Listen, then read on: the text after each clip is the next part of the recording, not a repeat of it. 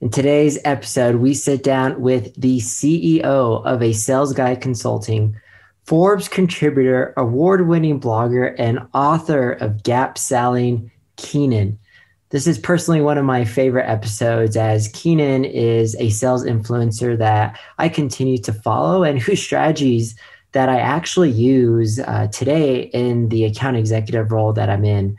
And what you're really going to learn today as we focus is on how to apply the gap selling strategy specific to the SDR role. But this is to help you build pipeline, because we focus on cold calling and prospecting into your top tier accounts. From the heart of Silicon Valley in beautiful San Francisco, California, welcome to the SDR Live podcast with Marcos and Andy. Awesome. Well, glad to be back on another episode of the SDR Live. Today we have the myth, the legend, Keenan. Keenan, welcome to the show. Thanks, baby. Thanks, baby. People call me the myth, the legend. What's up, Chen? I don't understand why. I guess maybe I should try to understand why that is, but I don't know. It's interesting. It's always interesting to see how people view me, because I'm definitely an interesting polarizing character, I suppose.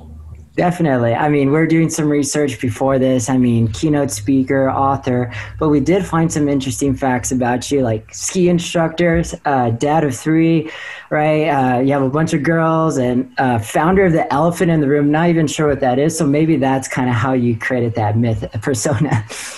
Yeah, possibly. I mean, founder of the elephant in the room. Look, our society, particularly Western culture, and really very much so in American culture, is people in corporate culture for sure. People just don't like to touch uncomfortable topics. And so what happens in business, if people aren't willing to call out the elephant in the room, you can run a business into the ground. Like you can spend more time dealing with problems than you need to deal with problems. So, I don't think problems are a reflection of people's competence per se, unless they continue to persist. But I think that what's really is, if you have a problem, call it out. Let's go fix it, right? I mean, literally, it's like little kids, right? In a lot of ways, I'm like little kids, right?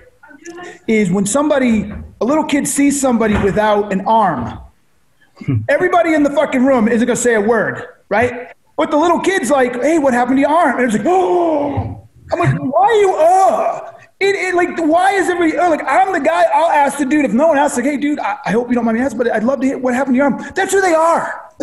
9 out of 10 people that I meet, they're like, yeah, I'd love that you asked. I mean, it was a bad accident when I was a little kid, or I was born this way. And they like it being asked, then it's on the table, and then they can move on. You know what I'm saying? But it is our society, we just don't want to have those uncomfortable conversations to our own detriment. So I'm proud of being that fucking guy. And then, here's the funny part. Then I get all this information. I know everything that's going on. I'd be like, wow, man, how did you know that? I asked him. I asked him. And then they like me, and we're hanging out. And it's people just have some balls, man. In business, if something screwed up, guys, why is this over here still broken? Right? Why? Why is it still broken? Well, that's Mary's, and Mary's been sick. Fuck, I know Mary's been sick, but let's give Mary full-time disability and let's fix the problem, rather than pretending it's not there and worrying about upsetting Mary and hurting her feelings because she can't get to it and making her feel bad. No, you're just kicking the can down the road and it just gets worse. Anyways, elephant in the room.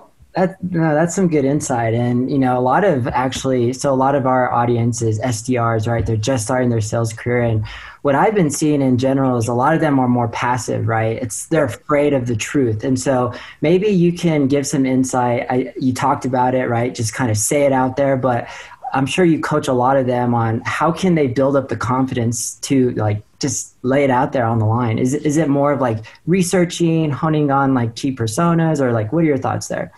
Look, I think it starts before you even try to make a call, before you even try to research somebody. I think it starts with a belief in what you sell. And here's the difference. Your belief in what you sell and how it can help people or help businesses create a better world. So here's a metaphor I use all the time, okay? There's no lady on here, but ladies, listen and you'll get it. Every time I ask a woman in my training, hey, ladies, can you think of a scenario in any way, shape, or form where a strange man grabs you on the street and that's okay? And they're like, hell no. They're like, hell no. Like, and some women are more outspoken, right? If they want to get punched in the nose, right? So they all say no. And I say, great.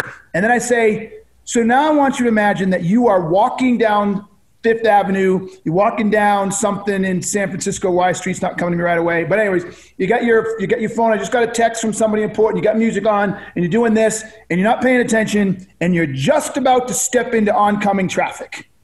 And some guy sees it and he reaches out and grabs you and yanks you back in. And I'm going to push it. I'm going to push it. And as he grabs you, his hands accidentally rub across parts of your body that aren't appropriate. Are you mad? Not a single person is upset. And then I say to the dude, I said, hey, dude, did you think twice before you grabbed her? Were you afraid she'd get mad? Were you afraid of grabbing her? Like, hell no, of course I'm going to grab her. Why? Why? Why was the woman not mad you grabbed her? Why was the man not scared to grab her? Why? You saved their life. Yes, but step it back further. Why was he not afraid? That's a good question. Motive. The motive was not about him. His motive was not for his own personal gain, right? She understands by pulling it back. She's not mad that he just, accidentally brushed up against her breast and grabbed her arms or whatever because he was pulling it back. She understands the motive was not a cheap motive to get something for himself. The motive was a selfless motive for her own benefit. So why does this have to do with sales? If you are an SDR and you genuinely believe that your product or service can make a difference in an organization if they have XYZ problems, the equivalent of stepping out into the street, then you should not be afraid to call. You should be confident as all get up. You're not calling for you, you're calling for them. You're calling to get them to see if they have a problem that you can fix, that it can improve their business. And I don't know what it is you're selling, but if it's to make someone's life better, it's to accelerate revenue, if it's to minimize lost expenses, if it's to beat the competition, I don't know. But if it's for them, and that's what you're leading with, there should be no fear. Yeah. We are never afraid when the motive is selfless because we know that we're not doing it for us. Why should I be afraid to do something for you? That's a good point. And what resonated there was in your book, you mentioned this idea of like being that doctor and the idea of that headache, right? Yep. And this is what resonated for me when I was kind of making my path from SDR to AE, kind of doing that discovery process, which is like, hey, someone could have a headache, but if you say, take like Tylenol, take this, and it doesn't get rid of it, they could have a freaking tumor, right? And it could lead to cancer, right? But with that, I have so much more confidence of being like, look, this is what I've seen help, many companies, and that's why I'm calling, right? Because this is why it can help. But what I like to lead off with, and what you mentioned, is like the problems, yes, right? So can you talk to SDRs? Because a lot of SDRs start with features, right? They're like, oh, we offer XYZ, or we're number one in Gartner Magic, whatever, right? It's kind of like bullshit, right? What are your thoughts as far as like leading off with the problem? Okay, in a discovery or a cold call? Let's frame this as a cold call, since SDRs, that's mainly what they're doing every day.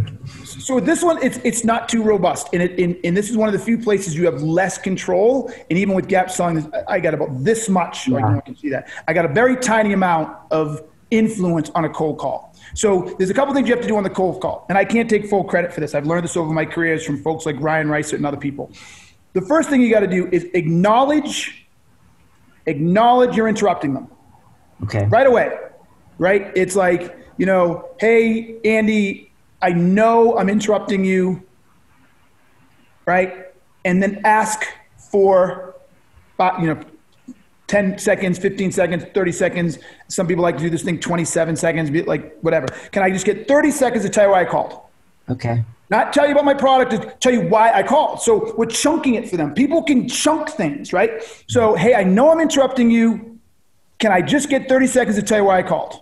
I'm acknowledging it. Now I want 30 seconds. So at the end of 30 seconds, you can tell me if you want to talk anymore, right? In that, if they're going to say yes, literally about 50% of the time, if not more, right? When they say yes, you've got that 30 seconds to tell them why you call. And it depends on who you are, but that's where I like to put in the problems, right? We have worked with organizations who are struggling with lost fucking mittens, right? Lost mittens and lost ski wear. Yeah. And because of the lost mittens and lost ski wear, their kids' hands are freezing or their ski days have been destroyed. And all of that money they've spent on lift tickets and getting there on vacation is being trashed because of something as simple as lost mittens. We found a very unique or revolutionary or whatever unique way of addressing that problem. Would you be open to hearing about it? Interesting. So I have oh, sorry, go ahead. No, I'm done. Like that's that. Then they say yes or no. And if they say yes, and let's get up time to do it later. And if they say no, then I have a way to deal with that too. But that's how you do it. Which question? No, I think this is good. And you talk a lot about making them kind of in control so they could say, yes, like I have that problem without you specifically saying, hey, you have that problem. You never tell a buyer they have a problem. I see too many dumbasses do it. Never. That's something I took from your book. And so what are some, I think of it like verbal jujitsu. I'm not sure if you're like MMA, but you're trying to like, yeah, I know what you're talking about. You're in control, but you make them feel in control. So is it that simple as a question is like, hey, we're helping them with X, Y, Z. Does this resonate?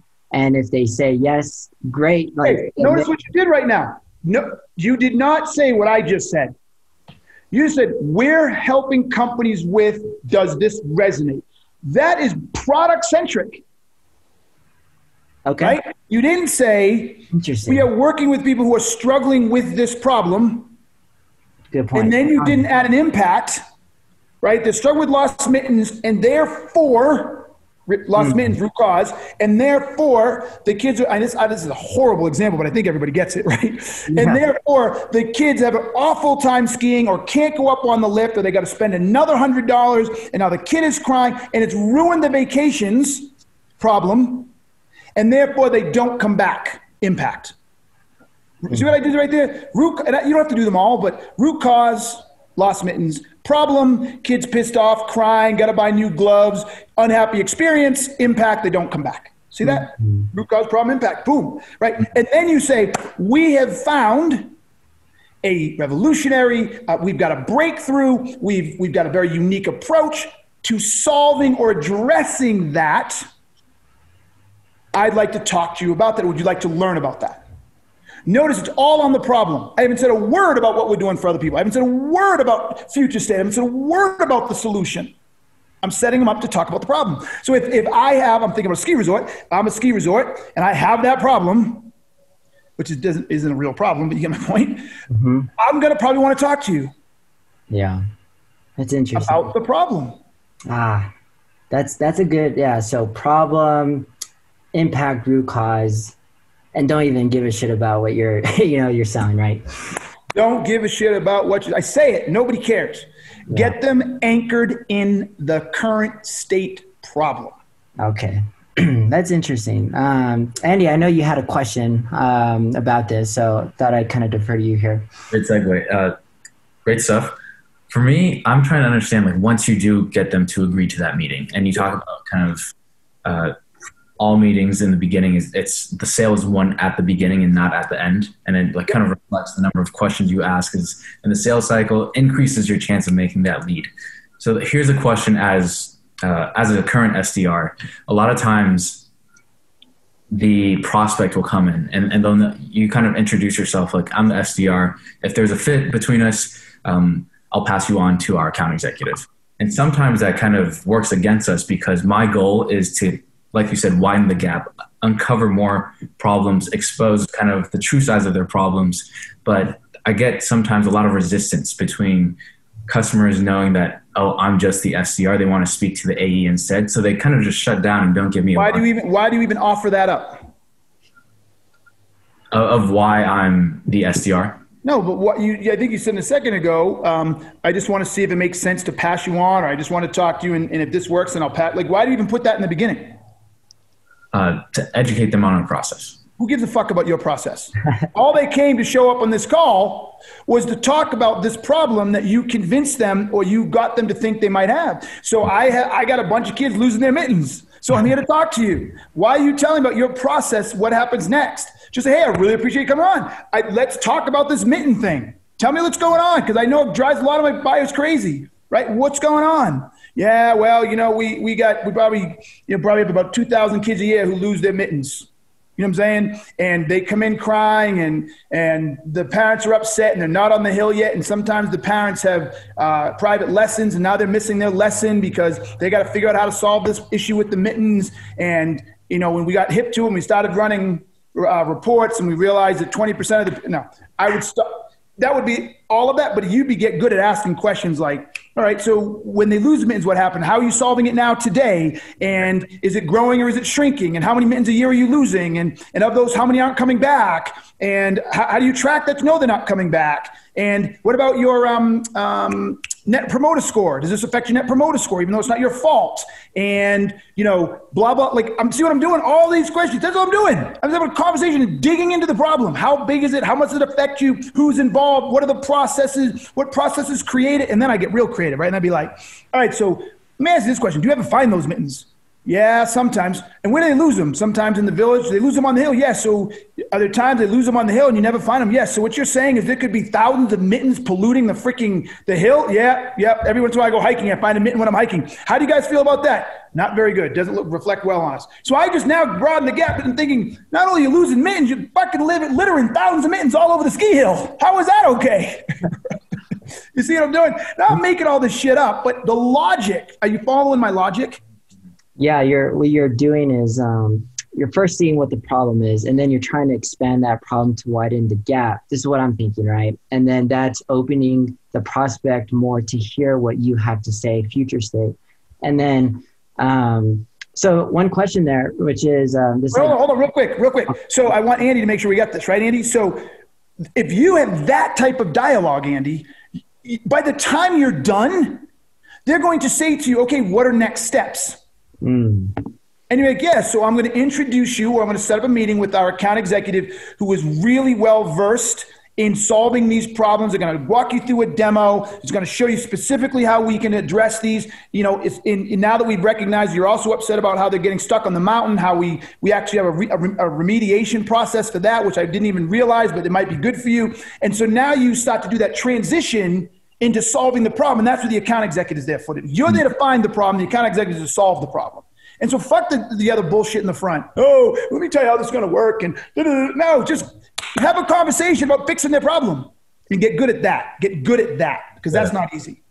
So I have two questions, but I want to focus a little bit more on Andy's question because this is more pertaining to the SDRs. So Keenan, you probably coach a lot of SDRs yourself, but that seems like a pretty big problem to me, because I hear that all the time even when I was an SDR, which is like your role is to just ask Bant or like Medic or something and then pass that along. And I think a lot of the No. Yeah. Exactly. No. Listen, any company listening to this, I got a knife. I'm going to stab somebody. Okay. Listen to me or I'll stab myself. Oh, no. Listen to me. If you think that your job is to spend all that time, money, and effort to get your SDRs, whether it's inbound or outbound, to finally get a prospect on the phone so that you can ask them about Bant, so you can qualify them if they should buy your product. You're not a fucking private club, people. Your product's not a private club. It's not your job to see who gets to come into our club. And so when you start asking Bant questions and Medic questions, you're being an asshat, and you're literally making that buyer justify whether or not they should have a conversation with you. Fuck off. Yeah. And the reason I learned to hate Bant is because people used to do it to me. I'm sitting here thinking, how can you help me? How can you help me? You got me here. I got a problem. And like, so what do you have budget for this? What the fuck? You told me I got a problem. Fuck you. Can we talk about my problem? Well, and if we can figure out how to fix this for you, when do you think you're ready to buy? Ask me one more stupid question. I'm fucking gone. I don't care how bad the problem is. Like, literally, don't do that. So tell your bosses and all the people that run your little sales organization to cut the shit. Yeah. Find the problem. Look, I know you got a question, but this shit drives me insane. Here's how you do it. This is your job as an SDR if you have the second meeting. If all you have to do is set the meeting up, this is different. It's the AE's job. But if you have to do the call and the first qualification meeting, here it is. Everybody ready? Here it is. Does the buyer or prospect have a problem that we can fix? Does the buyer or prospect admit they have the problem? Does the buyer or prospect want to fix the problem? And then finally, will the buyer or prospect go on a journey with us to fix the problem? If you get those four, game over, end of discussion. I'll put that shit against fucking medic. I'll send medic to a medic. I'll make it look so silly. And I will also then put that shit up against ban. Because I mean no disrespect, but if you really think about the concept of decision making, right? And you know anything about psychology, when it comes to change and deciding to change, individuals need to buy in first. And so that's why they say, and when it comes to Alcoholics Anonymous and other things like that, or addiction, that the first thing a person has to do is admit they have a problem. Right? There is no change until you admit you have a problem. There are people who, we'll go with famous people because it's easy to do, who have all the money in the world. Right? So I got all the budget in the world, right? And they check themselves into these things, right? And so, let me see, they're the authority, right? And they know they need help, right? And they know they need that help now. There's your band. I don't have a problem. Yeah. I know my life is in shifts, but I don't have a problem. I can handle it. So we wasted all that time and they don't change. Yeah. So that's why it matters, right? I think one of the root causes to like SDRs going, because I feel like it's an emotion, like they're just going through the motions with BANT because they don't give a shit about what they sell. They don't have a genuine curiosity. And so maybe I'm wondering. So I want you to go back to what you said. Oh, you said it, but you only got halfway there. See, even though I know you're good at this, but look how ingrained you are. What did you just say they don't have? Who, the SDRs? Yep. Curiosity? Nope. No. After that. Something about what they sell. What'd you say? Something to sell. They don't care about what they're selling. They don't care what they're selling. Yeah. What did I tell you and all your listeners to in the very beginning about fear? Squash it. Oh, Jesus. Do you really run a podcast and not learn from your podcast guests? In the very beginning, I said that it's not about liking what you sell. Yeah. It's about genuinely knowing and believing that you can solve a problem for somebody. Yeah. So even you, after we just had this conversation, yes, okay, you care about what you sell. But if you care about what you sell, you should care about what you sell because you believe it can solve a problem. So that's the problem. You don't genuinely believe that you can make a difference. Why does someone become a doctor? Why does someone become a heart surgeon? Probably because a lot of times when my dad died of a coronary heart disease, right? So that's why they want to be a doctor. They don't want to be a doctor because they genuinely believe in their ability to commit it. They do it because they want to save lives. They know that they can save lives.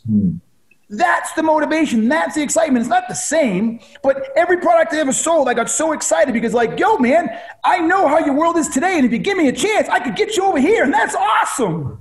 Let's solve this problem, man. Let's fix this shit. That's where the head needs to be. Not, hey, I got a knife. I really like my knife. I love my knife. I have no clue how you would use it. I have no clue if you're a camper, a military man, a stay-at-home mom, a packer. You got to cut. Like, I have no idea. No. I care about that stuff because I care about you and care about your environment and care about your current state. I get excited, overly excited. When you say no, I'm like, what do you mean no, man? How can you say no? Like you've been lugging around this stupid orange thing when you hike and you say you hike 30 miles a day. Why don't you put on a nice light backpack called a Camelback and just sit when you and hold, why would you, I love that. So it's not even a Camelback. It's, I'm making your life hiking easier. Yeah. Rant over. Very interesting. Awesome. Well, I have one last question before we end. So we focused a lot more on the problems, the current state. One of my thoughts was like using social proof. I know that's a big psychology, use case studies, and the future state. How do you make that transition pretty seamlessly so the buyer's open to and receptive? As an SDR, I don't. You don't? Okay, in cadences, I say a lot in cadences. Use content within cadences to get them to respond to you. In these social proofs, if you will, need to be focused around business problems. So if you have a case study, it should start with the customer was losing $10 million a day, right? And then the impact of that was they were about to go out of business, or the government was going to lock them up, or, you know what I'm saying? Impact, right? The root cause is, whatever the root cause is, boom, boom, boom, boom, boom. And by the way, the root cause is what you solve. Oh. The root cause is what you solve. You can't solve the business problem. You can't solve the impact. You can only eradicate the root causes, right? Yep. Okay. So then as long as the case study starts that way and then turns around and transitions to how you solve it, I can live with that in a cadence as a way to get their attention rooted in a problem. But once you get them on the phone, no. You do not, because you're an SDR. Your job is to get them. What are the 4 things? Impress me. What are the 4 things? Problem, admit they have a problem, want to fix it, and then they go on a journey with you. Yes. Once you get those 4, then the social proof matters. Then you start talking about it. And then they make questions. Well, how do I know this is going to work? And what about this? Okay, then all the social proof in the world. Yeah. Don't social proof before you got them to own a problem. Okay. If they don't only have a problem, it's going to ricochet off. Again, go back to somebody who, do you guys play any sports? Yeah, I was actually a professional triathlete for about 2 years for Team USA. So you're sick. That's some sick shit. But okay. So let's just say that you don't believe you have a problem, although you've never been able to finish an Ironman, even though you want to finish an Ironman, right? You've never been able to finish, but you're like, oh no, I get it. I don't have a problem. I just need to. I could tell you all day long about this greatest coach in the world. Yeah. But it's not, it's just going to ricochet off you. Uh-huh. Right? It's just going to ricochet off you until you're like, I have a problem. I need to fix it. Yeah. And my problem could be like my nutrition. Maybe I don't need a fucking triathlon coach. I need a nutritionist or something. So what's interesting here is I took your book and I put it out into problem, quantifiable, impact, root cause. And then so I actually do this on all of my discoveries where it's current state and then just the gap, right? And I'm trying to figure that out. And what you talked about, I try to do those mini exercises to things that I'm an athlete or I want to be a podcast, right? How would I kind of approach that? So that example you just gave me is something that I would highly encourage SDRs to do is find something you're passionate about and see what some of those root problems are, because then it changes your mindset on how you go out and approach people. So yeah. I mean, if I were trying to sell you coaching services, right? And I knew this is how you do it. You know the problems you could have. Yep. And let's say I talked about tell me about your training regimen. And let's say you tell me about your training regimen. And I'm like, that's a pretty solid training regimen. I don't think he has a problem there. But clearly he hasn't finished a triathlon yet. So something's wrong. He doesn't think there's something wrong. He thinks he just needs to train harder. Right? Because this is what buyers are like, oh, we're fine. We just need to do this. We're not getting it done. So then I'm like, well, tell me a little more about your regimen. Tell me your diet and your food. And you start talking about that. And then I start to see problems there. And I'm like, okay, that's not that bad. But are you aware, I'm making this shit up now, I don't know anything, that the level of fiber you're eating now at the times you're eating it are actually metabolizing in a way that blah, blah, blah. Were you aware of that? No. I got you. Yeah. The minute I start breaking down your processes, I got you. Yeah, they admitted it, right? They gave you something. They played their cards essentially, right? But you're in control of the whole. Yep. Awesome. Well, last question is for Andy. I know we're running here on time, but just wanted to give the last question, Andy. I think I'm good. Let's just end here. Okay, perfect. Well, again, Keenan, appreciate your time. Always super. I have this whole thing of notes here, just, talking to you. So I really appreciate you. And thanks for coming on the show. You got it. Was it helpful? Oh, 100%. I think the one that really resonated to me was get them to admit they have that problem, want to fix it, and that journey. And then once you figure that out, then you can start doing things like social proof and getting more strategic in your deal cycle. But I'm even going to start doing this even more in my discoveries as an AE starting today. So. Good. Now, I'll leave this with you because a lot of people make this mistake because I say that they have a problem you can fix, they admit they have a problem, etc. young, inexperienced AEs or SDRs, whoever's doing the discovery, will start asking the buyer if they have a problem. The buyer will tell them no. Don't ever ask, do you have a problem? Ever. And I do this metaphor all the time, or analogy, I don't know what it's called, where I call them marriage questions. Have you heard my marriage question rant yet? I don't think so. Yeah. Do either one of you in a serious relationship or married? I'm not. I think. Right. So if I were to go to the average married person and say to them, "Are you happily married?" What are they going to tell you? Yes. Yeah. That's the same thing when you say to a buyer, "Hey, are you having any problems? Are you having problems with your ERP? Are you having problems with your, I don't know, what do you sell, Marco?" Oh, I'm at Okta, so I sell authentication authorization for developers. All right. So are you having any problems with your authentication authorization? No. Yeah. That's what I'm going to tell you. No. And any flavor of that question is going to get a no 90% of the time. Can we agree on that? 100%. Yeah. Yeah, but do salespeople not do that? They say, "Are you having any problems with?" Yeah. No, they do. 100%. Right on. Right. They go right for it, and the person says no, and they're fucked. So what I call them marriage questions is this. If I were a marriage therapist or had to find out someone had a bad marriage, I would never ask them if they're happily married. Or do you have any problems in your marriage? What I would ask them is this. When's the last time you or your spouse slept on the couch? How often does someone sleep on the couch? When's the last time one of you called each other a name? When's the last time when's the last time you went on a date night? Do you schedule regular date nights? When's the last time you came home with a bouquet of flowers for her? Or when's the last time you came home with a Starbucks gift card for him or a new golf club for him or whatever the stereotypical bullshit is, right? When's the last time you were intimate? How frequently are you intimate? How well do you communicate about finance? When's the last time you had a fight over finance? Every one of those questions will tell me and the buyer whether or not they have a good marriage. And here's the power in this. Even if that means they still have a good marriage, almost always there's room for improvement. So once you lock into room for improvement, it really comes down to the size of the gap. So let's say all those questions were answered except the finance one. Yeah, we fight over finance a lot. Love my wife. We have a great marriage. We fight over finance a lot. So depending on what I'm selling, if what I'm selling still isn't that expensive or isn't that intrusive, they'll buy it to fix that problem in their marriage, to take the marriage to the next level. Even if the marriage is an 8, I've just got them to say they fight about finances a lot. And then I dig in. So because you fight about finances, what happens? Well, I'm afraid to buy something, or we never go on trips, or we don't have enough money saved, or she thinks I do and I think we don't. And now I'm panicked. And So I find all this stuff out. And do you want to keep that going? No, they don't. So let's talk about how we can resolve that. And now they're so buried in that whole issue about finance.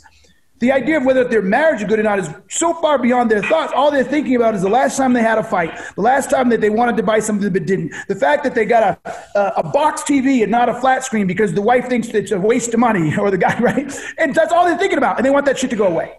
I've literally anchored them in that, in spite of the fact that they believe they have a great marriage. Done. I win. Done. I win. But you can never do that by saying, do you have a good marriage? Can you tell me about the problems in your marriage? It's not going to happen. I need to understand what good looks like and what bad looks like. And then I need to ask what I call marriage questions surrounding it.